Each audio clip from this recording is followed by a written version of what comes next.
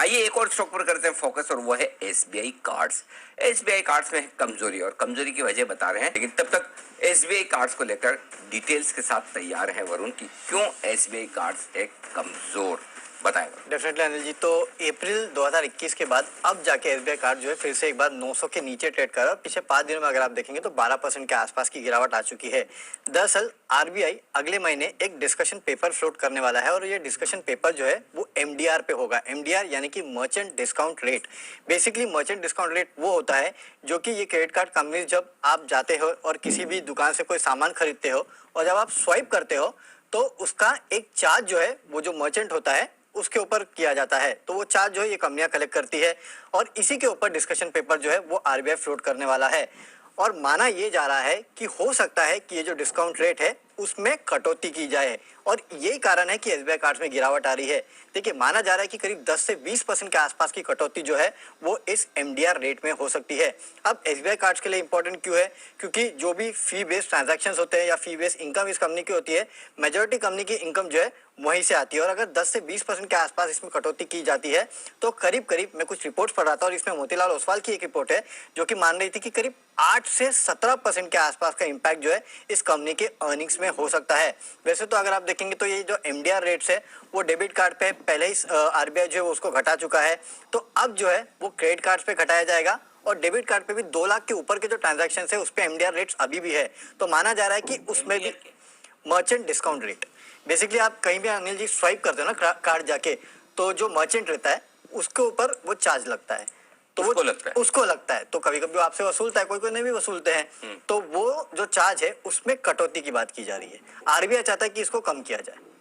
नहीं, वो वसूलता किससे और पैसे किसके पास जाते हैं? पैसे एसबीआई के पास जाते हैं। अच्छा। यानी कि जो कार्ड वाली कंपनी है उनके पास जाते हैं। अच्छे से समझाओ। हाँ, मेरे पास एसबीआई का कार्ड है, ठीक है। हाँ, ठीक है। मैं किसी दुकान में गया, शर्ट खरीदी मैंने, शर्ट खरीदी 5,000 रुपए की, ठीक है।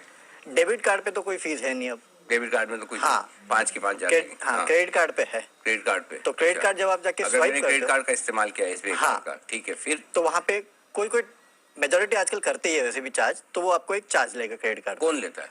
मर्चेंट, जिसे आप खरीदोगे ना। नहीं लेता है ना जी, लेता है। उसके शॉपकीपर एसबीआई को पे करेगा। एसबीआई को पे करता है। अच्छा, वो एसबीआई लेगा? नहीं, आपसे नहीं लेता है। अच्छा, उसके प्रॉफिट में से एसबीआई को देता है। हाँ, तो उस वो कंपनी जितना मैंने भी 5,000 का लेता है। लिया, तो उसमें से कितना परसेंट आप बता रहे हो? अभी अनिल जी वैसे इंडिया में जो है 2 to 3.5%। अच्छा, 2 से 3.5% उसको एसबीआई को वेरी देना करता है वो पड़ता है। हर भाई एक अगले ने आपका कार्ड यूज किया है, हाँ, तो मैं आपको 2% दूंगा। 2% तो 5,000 पे 2% उनके बन गए, 100 रुपए एसबीआई के। हाँ, राइट। तो अब आरबीआई क्या बोल रहा है? इतने नहीं बना सकते आप? नहीं, इसको कम करना चाहिए। कितने बना अगर सकते? ग्लोबली अगर आप देखेंगे तो अनिल जी ये रेट कहीं कहीं 1% के आसपास है। अच्छा, कहीं 1.5% है, कोई आधा % है। तो इंडिया सबसे ज्यादा टैक्स मारता है इस पे। अच्छा। सबसे ज्यादा टैक्स, सबसे ज्यादा चार्ज लेता है। हाँ। तो वो आरबीआई चाहता है कि कम हो। तो ये तो फायदा दुकान वालों को होगा, कस्टमर को। मुझे तो पहले भी 5,000 ही लग रहे थे शर्ट के, अब भी 5,000 लग रहे हैं। लेकिन कार्ड वालों को नुकसान कार्ड होगा, वालों जो को मिल रहा था नुकसान। फीस वो चली गई।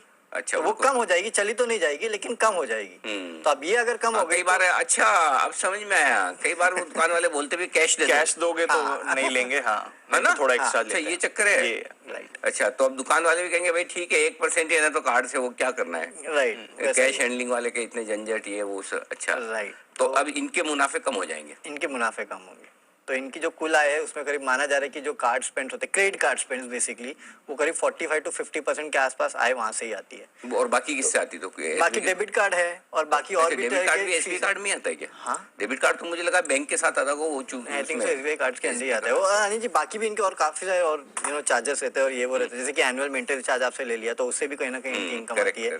तो वो सब भी है। तो ये मतलब ये हाँ, मोतीलाल की रिपोर्ट कह रही है कि 8 से 17% के आसपास का अर्निंग इम्पैक्ट जो है वो एसबीआई में आ सकता है, और आरओए और आरओई जो है उसमें करीब 21 से 40 बेसिस पॉइंट के आसपास का इम्पैक्ट जो है वो हो सकता है। तो इसके लिए ये लगातार गिरे जा रहा है। ओके, चलो समझ में तो आ गया मामला क्या है। तो इस वजह से एसबीआई कार्ड की कमाई में आ सकती है कमी।